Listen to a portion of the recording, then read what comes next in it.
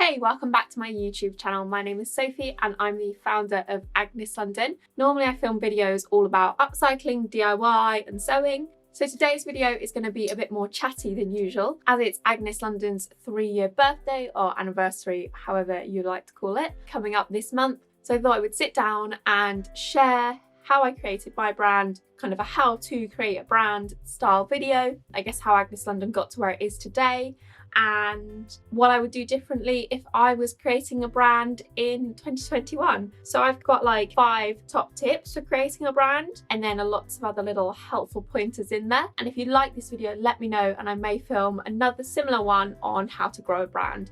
Or if there's any other questions you have on brands, branding, businesses, then feel free to pop them in the comments below and I will get back to you. First of all, let's turn back the clock to 2018 and I will tell you how I got started. So I guess we need to go back a little bit further than 2018. The 14th of February is what I would consider Agnes London's first birthday or anniversary, and I go from that date because it is the date of my first sale. So my first sale on Etsy, and I class that as like that things started basically. Back in like, I guess November, December of 2017, I'd been reading a lot around plastic-free living and plastic-free lifestyles, and I was trying to make a lot of changes in my own lifestyle, and really helpfully I had a lot of sewing experience from studying fashion design, and I just wanted to be a little bit more creative. I was making things for myself in my free time. I was working full-time at that point. So yeah, I was making things for myself and I was kind of thinking, if I find these things useful and I like them and I want to use them, then surely other people would too. So I'd say from the December point, I had already set up an Instagram page and I was posting pictures on it. They were kind of lifestyle-y pictures, you know, like what I was wrapping my gifts up in for that Christmas and that kind of thing, just to have that platform out there so it could start growing some interest. And I knew that I probably was going to start to make products to sell from that point. I should probably say when I started out with Agnes London, I didn't know whether it was going to be something that grew and grew into a brand and I would leave my full-time job, or whether it was just going to be something I did on the side and like didn't really matter if it earned me any money or not because I was still employed. I had no plan when I set out. So I set up the Instagram page, I made myself some products, I made some for family, I made some for friends, I gave them to them for presents and things like that, you know, to see what they thought of them and to get their feedback.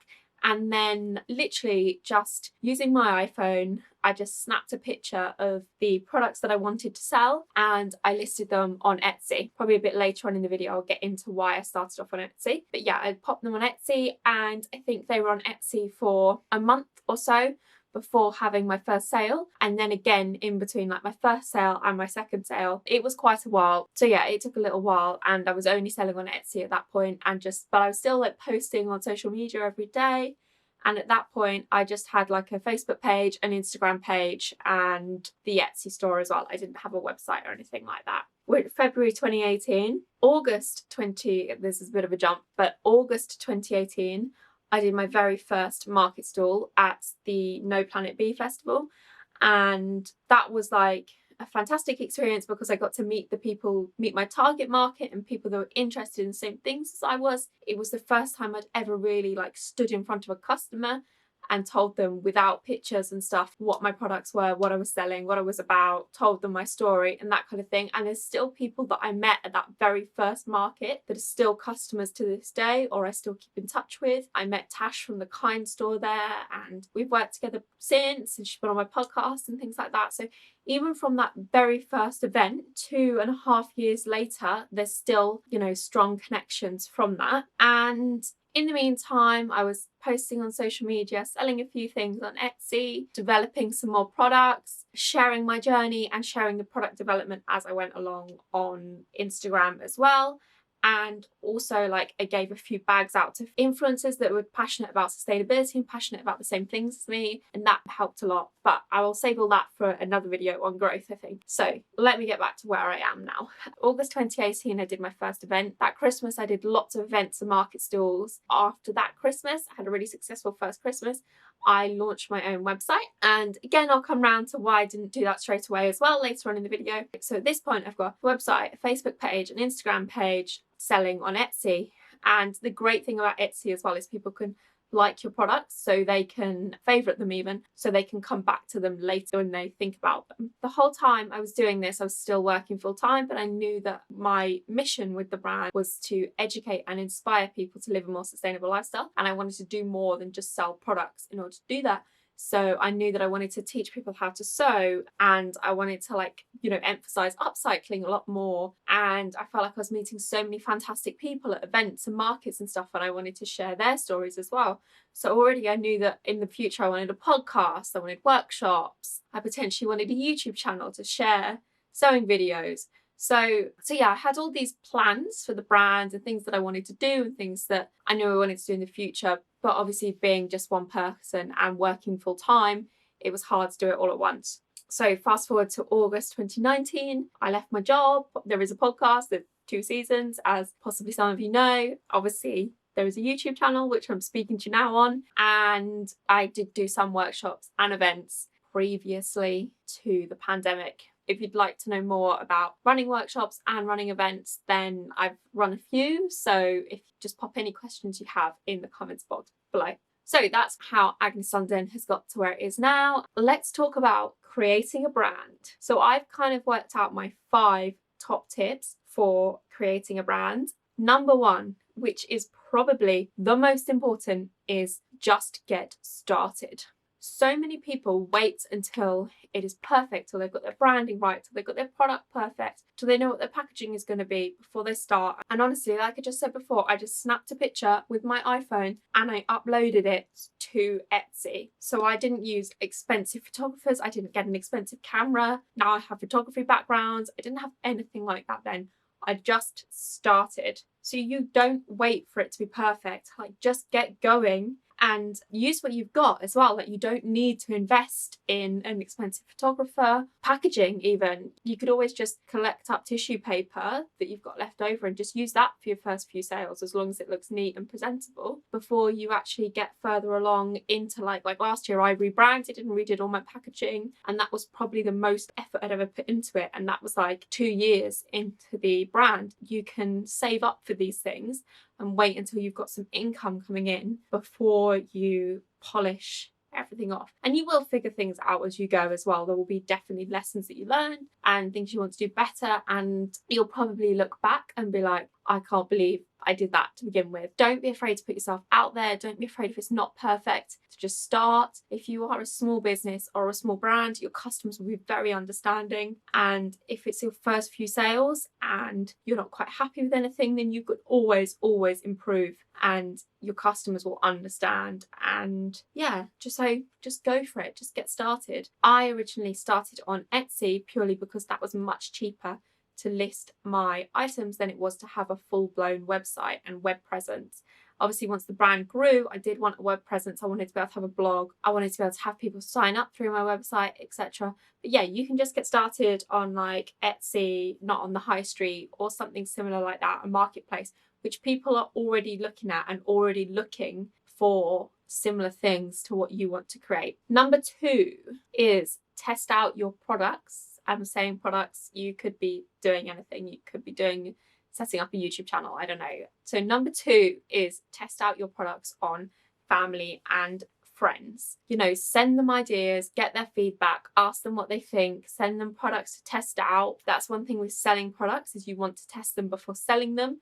Obviously you want to kind of get them onto the market quickly. So by sending them to more people, like your mum, your sister, your friends, or whatever, that means that more people are testing them and more people can give you feedback. And choose your honest friends and your honest family members that are going to give you the most honest feedback, because there's no point being told, oh, it's wonderful, it's lovely, everything you do is amazing, if you're then going to sell them to people and have to deal with customer service and complaints and stuff if they're not quite right. So yeah, test it out on family and friends first.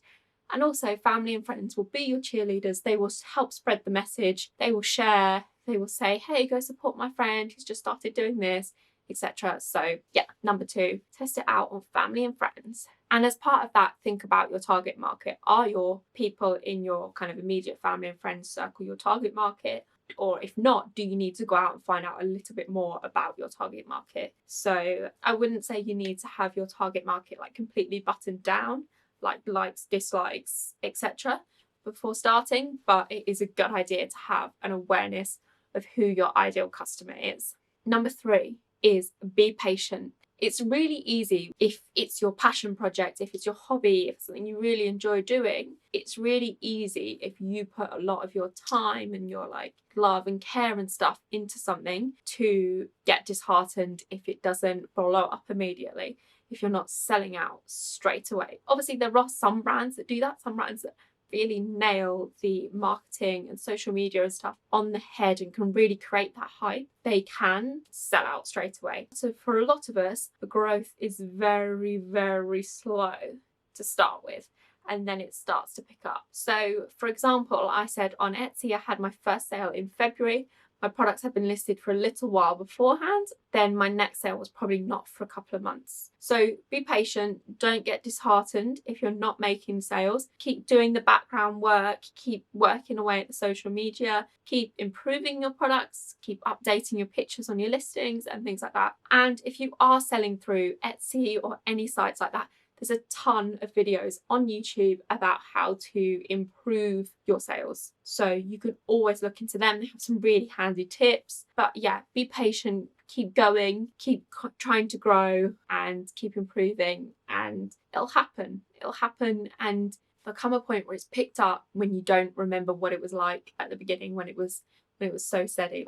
So number 4 is build your network. I get this a lot where I get other brands DMing me and they ask if they can just call me up for a chat, or like when you can, like take someone out for a coffee or something. A lot of people don't mind if you're not taking the mickey with their time. They won't mind sharing and helping, because a lot of us have been in that situation where we are a new founder, a new brand, and we just want some pointers and some tips from someone who's a little bit further along in their journey than us. Don't be afraid to reach out to other brands. Pop them a quick message on Instagram. I would say be respectful of their time. Don't message them a week before Christmas post ends, because no one's going to reply to you then. If you are going to meet them or talking to them, maybe come with a list of like pre-prepared questions so you can keep it to like an hour and a half max or whatever, and be sure to thank them very much for their time. The brands that have reached out to me and I've chatted to, like, I will always look out for them now. I follow them, I like their stuff, share their stuff, you know, like I feel like I have a bit more of a connection to them because we've had a chat, like I've spoken to the founder, and yeah, and I'm just like pleased to see them doing well. It's a bit different if they're a direct competitor. But for example, for me, a lot of brands in the sustainable living space are not my direct competitor, but they add to market growth in an area that I'm looking to sell products in. Again, going back to that, don't be afraid to put yourself out there, which I probably should have done more of at the start. And don't be afraid to like build up those relationships with other influencers in that space and other people that the internet is an amazing thing. You can find people that have similar interests to you. There's so many Facebook groups out there and stuff like that. Don't be afraid to like even just post in a Facebook group like, hey, I've just launched my own brand. Like, could you just tell me what you think? Or like, could you just check out my website? Something like that really helps. And for me, like those early markets, like that first Christmas of doing markets was really educational because I got to speak to my customer. I got the confidence of talking to my customer face to face. And, you know, they'd come up and they'd ask you questions that you hadn't even thought of. So I had to think on my feet a little bit more. And also I learned which events not to do. I learned which events were successful for me, and I learned which events weren't so successful for me. Again, to this point, and something that I was hearing a lot on podcasts when I was starting to think about starting a brand, even if like you want to start a podcast, you want to start a YouTube channel, whatever you want to start, building a mailing list is a great place to start. Now, I don't really know how to do this when I started. Now I kind of do it through Wix, which is what my website is listed on. You could do it on MailChimp, things like that. Like, you don't need a website base to start building a mailing list. But if you start building a mailing list, you have direct access to that person's mailbox.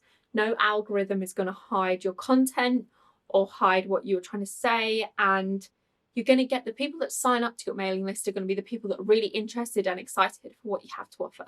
So even if you don't have a product yet, but you have an idea, just start building a mailing list. And also, if you can offer someone something in exchange for signing up to your mailing list, a free ebook, a free guide, 10% off your website or whatever, then that helps as an incentive to build it. So yeah, that all goes into part of like building your network and growing your network. And I guess that's the same with starting your social media channels. Like, you don't have to be on all of them. Choose which social medias you like best. Some people like tweets. For example, I'm really enjoying YouTube at the moment, but that is a lot of work. Choose maybe like 1 or 2 social medias that you want to be on. Obviously, if you want to be on Instagram, you probably need to be on Facebook as well, so you can have like your Facebook shop and stuff like that, and everything's integrated a lot smoother. So choose your social medias and get them started. And even if like you're just pestering like your family and friends to give it a like or give it a share, then anyway, that's a great place to start. So let's jump straight into number 5, is going to be time management. So when I started Agnes London, I was still working full time and starting the business on the side, which is actually, if you can do it and you're one of those people that wants to do it, then it's a really good place to start. Possibly check with your current employer that your side hustle, side business, passion project doesn't interfere with your main employment at that time. You know, you're not like trying to start up a competitor brand or anything like that. I was working full time. That's a really great place to start because it didn't matter if I made no money because I was still earning an income. But it did mean that I was taking an hour to get to work, an hour back every day, and I was working full time. And then I'd come home, I'd still like want to go to the gym, I'd still want to eat. So you start to wonder where the hours in the day come from. And honestly, I'm a firm believer, if you want to do something, you'll find the hours in the day. When things were really starting to pick up for me, I would end up getting up at 5, doing hours sewing before work, going to work, coming back and doing a couple of hours in the evening. I'm not recommending that. That's not a great way to live. You will burn yourself out. But if you can prioritize how much time you actually need to spend on your business, you know, like maybe you can like post on your Instagram while you're on the tube or on your lunch break at work, you could be checking your emails or something like that. Then those are like nifty ways to get some more like working on your side hustle while still maintaining a full-time job. So time management, just plan maybe like an hour block, 2-hour block here and there that you can fit some work in. And I maybe get home from work at 6 and I think, right, well, from 6 till 7, I'm going to make my dinner, I'm going to sit and chill, maybe watch something on Netflix. And then 7 till 9, I'll work, then I'll stop and get ready to go to bed and stuff like that. And same with your weekends as well. It's definitely hard work trying to run a business and working full time at the beginning, but it's a great place to start at the beginning. And then, you know, maybe you can look into like going part-time, or you can go full-time, or, you know, I know lots of founders that still just work on it in part-time. It really depends on what you do. Personally, because I make all my products, that's so much time that goes into business, whereas some people are just like stores that buy in products. So a lot of what they do is packaging and customer service and web side of things, which is obviously a lot easier to do remotely, I'm assuming. Yeah, which is obviously easier to do an hour here or there of, whereas I kind of need like a full sewing room set up for a couple of hours. So yeah, be efficient with your time and you will make it work. Those are my 5 top tips for creating a brand, and what I would do if I was going to create a brand this year. I would just get started posting about it. I guess this is probably a great video if in lockdown you've discovered a new hobby that you love, or you've started making, like say you started making candles for yourself and you think that maybe you might like to sell them. I'd say there's literally no harm in listing them on anything like Etsy or not and seeing if they sell. If they don't sell, you've got absolutely nothing to lose. So I really hope you've been enjoying this video. Let me know what you thought in the comments below. If you like these sit down and Sophie chats style videos, then please let me know and I will film some more of them. If you are starting your own brand and business, then good luck. Feel free to pop any links to any of your social media, website, etc. in the comment box below so the rest of us can check it out. And I hope this has been really helpful, and I guess I should end this video by saying a massive thank you to everyone who has supported Agnes London over the past 3 years and who has helped me and given me the confidence to keep going. And yeah, it's been fun. I've really enjoyed running my own brand. If you would like to see more videos around branding, business, etc., like I said before, just let me know and we'll get some more. I will possibly film one on growth and how to grow a business as well. If you got to the end of the video, thank you. I will see you next week with another video.